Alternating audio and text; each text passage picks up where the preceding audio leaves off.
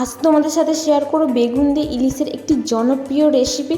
তো আমি ঘরেতে কীভাবে বানাই সেটাই তোমাদের সাথে আজকে শেয়ার করব। প্রথমে ইলিশ মাছগুলো পরিষ্কার জল দিয়ে ধুয়ে নিয়ে লবণ হলুদ মাখিয়ে রেখে দিলাম।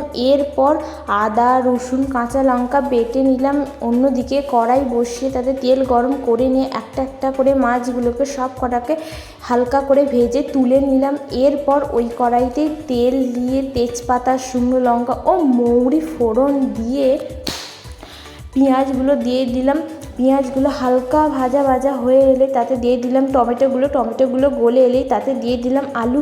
বাঙালি হয়েছে আর আলু না একটু দিলে চলে, তো আলু দিয়ে দিলাম। এরপর আলুগুলো দিয়ে ভালোভাবে কষিয়ে নিয়ে এরপর দিলাম বেগুন, কারণ প্রথমে বেগুন দিলে নরম হয়ে যাবে, তাই তো ভালোভাবে কষিয়ে নিয়ে লঙ্কা গুঁড়ো হলুদ গুঁড়ো ও আদা রসুনটা দিয়ে ভালোভাবে কষিয়ে নিতে হবে। এরপর মশলা ধোয়া জলটা দিয়ে পরিমাণ মতো লবণ দিয়ে ও আলুগুলো সেদ্ধ হওয়ার মতো জল দিয়ে ভালোভাবে ফুটিয়ে নিলাম। আলুগুলো সেদ্ধ হয়ে এলেই তাতে মাছ দিয়ে 2-3 মিনিট ফুটিয়ে নিয়ে ওপর দিয়ে ধনেপাতা ও গরম মশলা ছড়িয়ে নিয়ে নামিয়ে নিলাম। ব্যাস আমাদের তৈরি বেগুন দিয়ে ইলিশ।